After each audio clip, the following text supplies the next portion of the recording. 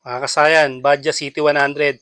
Bakit kailangan natin palitan ng LED headlight at taillight ang ating Badja City 100 pag ito ay battery operated? Katulad nito kasayan, naka-battery operated na siya. Papakita ko sa inyo kung bakit.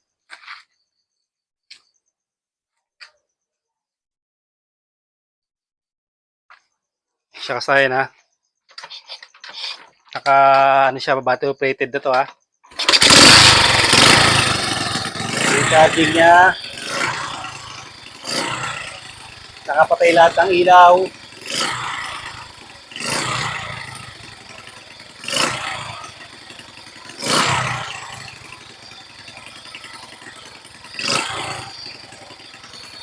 Siya kasayan na pag binuksan natin. Arc light. Headlight. Ito yung headlight natin ha.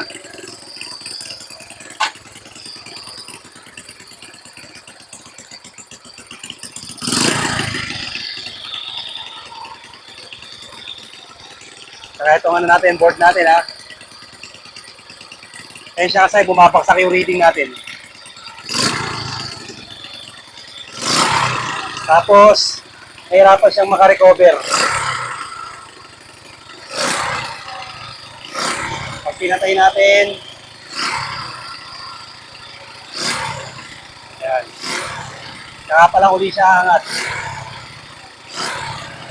Pag binuksan natin, baksak ang reading.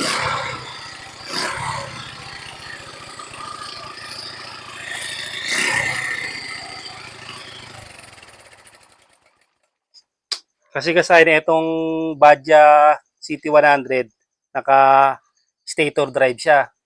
Kumukuha to ng supply sa stator, tong headlight, itong park light, sabay kanyang board at saka yung tail light. Kumukuha sa kanyang stator. Kaya pagka nakaano siya, makikita nyo yung reading, baksak yung reading natin. Ngayon kasi nakita nyo yung reading, bumaksak siya, ikakabit natin yung ano. Yan, naka-ready na to, tingnan nyo.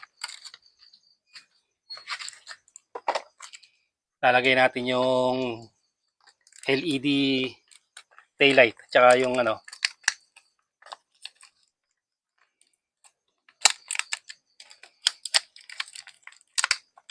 taillight at headlight. Madali lang naman siya, kayang-kaya nyo siyang i-ano.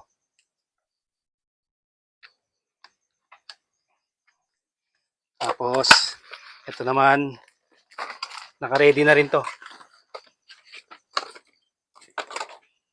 Parang MDL ang ilaw nito.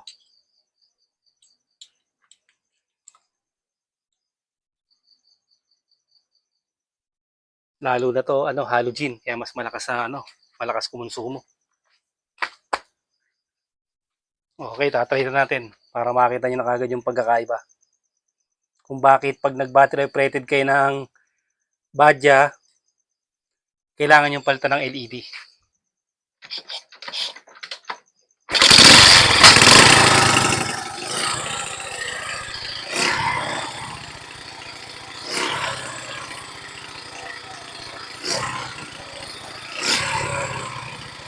Bumabaksak yung voltahe niya. Ngayon kasaya buksan natin. Kaya siya kasaya ngayon. Pansinin nyo.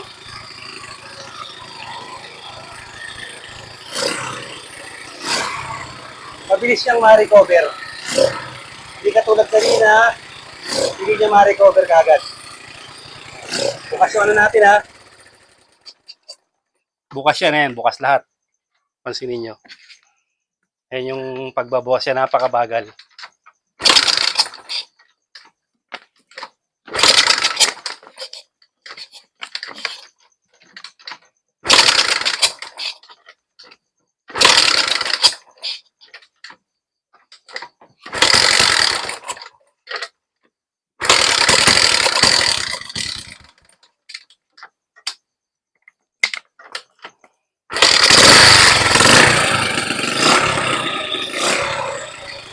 Siya kaya niya i-recover kagad.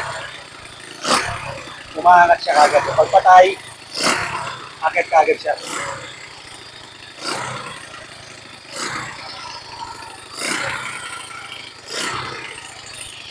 O tabi ilaw natin.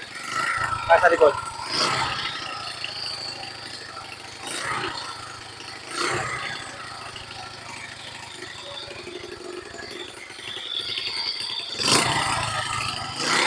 Kayang-kaya ng ating badya. Saka sayang.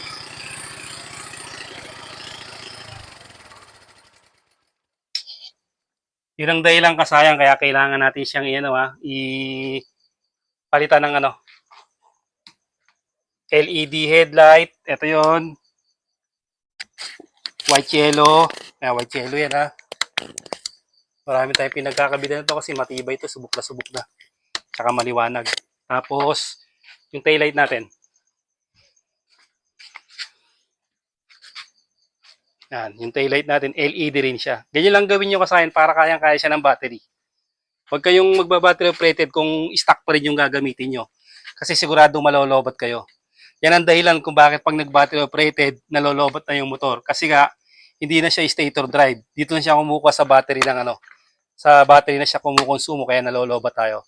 Hanggang dito na lang mga kasayan. Salamat sa panonood.